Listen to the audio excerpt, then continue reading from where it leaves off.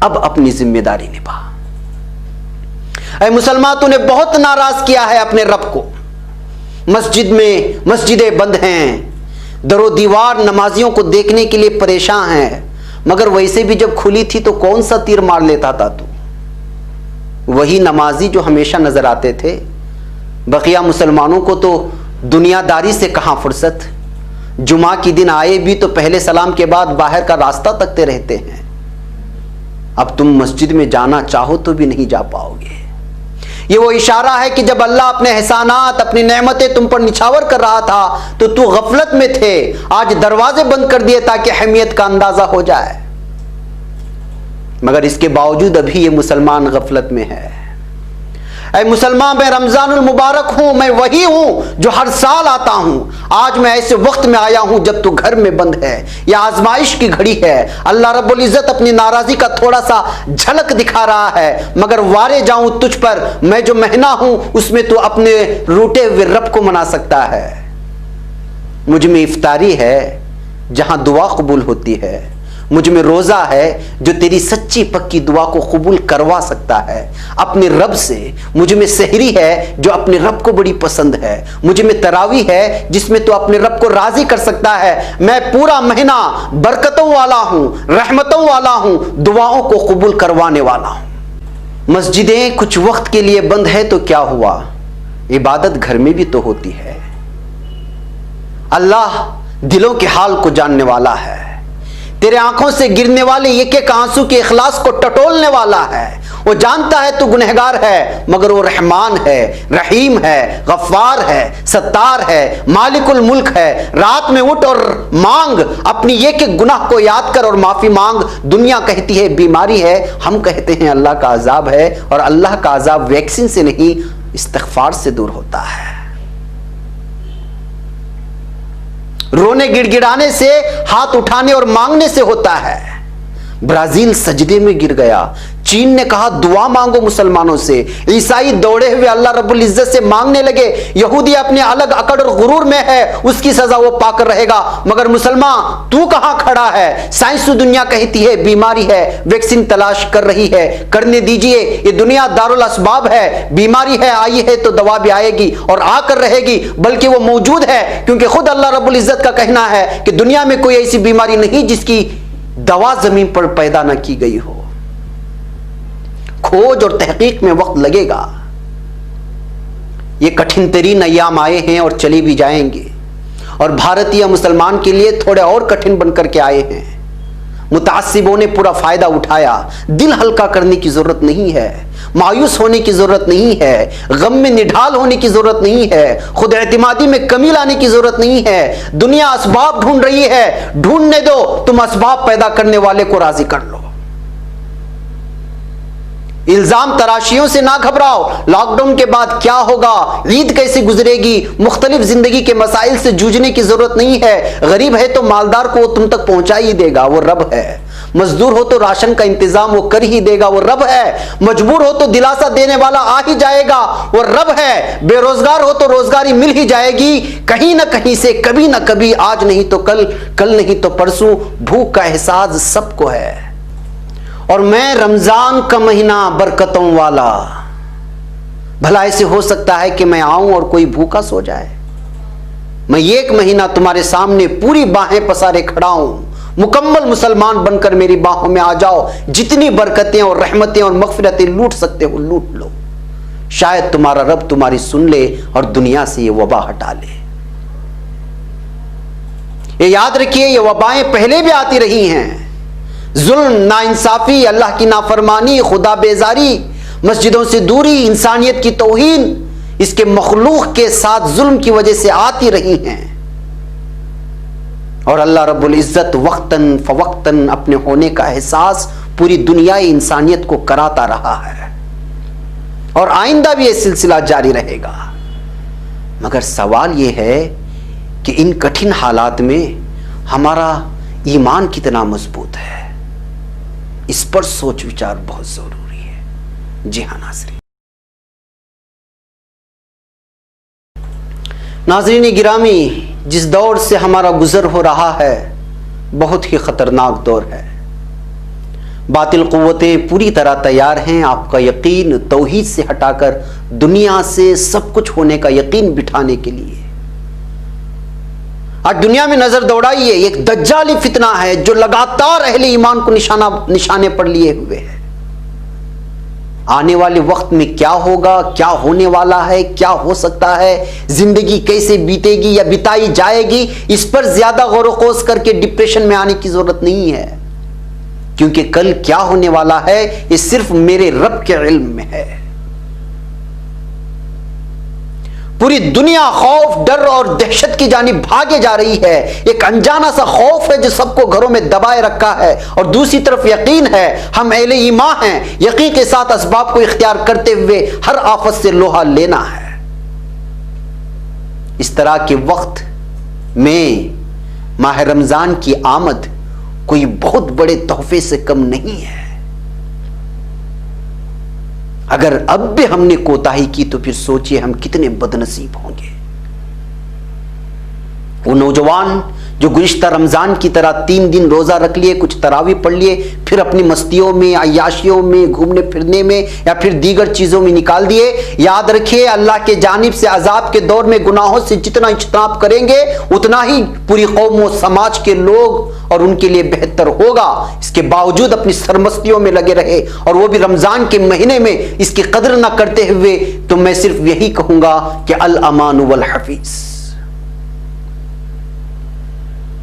بارہا ہمیں ایمان کی جانچ کرتے رہنا چاہیے۔ یہ بہترین موقع ہے کہ ہم گھروں میں رہتے ہوئے گناہوں سے جتنا ہو سکتے ہیں اجتناب کر کے بیہودہ ٹک ٹاک ویڈیو بنانے کے بجائے قرآن کی تلاوت میں لگے رہیں۔ پڑھنے نہ آئے تو قرآن کی سماعت میں لگے رہیں، یا پھر آن لائن کہیں یا کہیں عربی سکھائی جا رہی ہے تو اس کو سیکھنے میں نکال دینا چاہیے۔ والدین اپنے اولاد کا وقت قیمتی بنائیں، ہو سکے تو موبائل سے اولاد کو دور ہی رکھیں، یہ سب سے بہتر ہے۔ آج یہ برائیوں کا آماجگاہ ہو چکا ہے، اڈا بن چکا ہے پورا کا پورا موبائل اور اس پہ پائی جانے والے اپلیکیشنز۔ اگر اس کا صحیح استعمال نہیں ہوا تو پھر یہ موبائل اور نیٹ کے ذریعے سے پائی جانے والی واقعات پوری قوم کو گنہگار بنا کے رکھ دے گی۔ جی ہاں ناظرین، لفظ پر غور کرے۔ کچھ علاقوں میں چاند کے نظر آنے کا اعلان ہوا ہے۔ میں آپ تمام لوگوں کو سیدھی بات کی جانب سے ڈھیروں ساری رمضان کی آمد کی مبارکبادیاں پیش کرتا ہوں۔ جہاں اعلان نہیں ہوا ہے ان کو ایڈوانس میں مبارکبادیاں پیش کرتا ہوں۔ اللہ ہم سب کو توفیق دے کہ اس کی اخلاص کے ساتھ ہم عبادت کر سکیں اور اس کو منانے کی کوشش کریں۔ اس ادارے کے لیے بھی اور اس سے وابستہ افراد کے لیے بھی تمام احباب کو اپنی خصوصی دعاؤں میں یاد رکھیں، بالخصوص پورے امت مسلمہ کے لیے۔ مجھے یہاں پر اجازت دیں۔ السلام علیکم ورحمۃ اللہ وبرکاتہ۔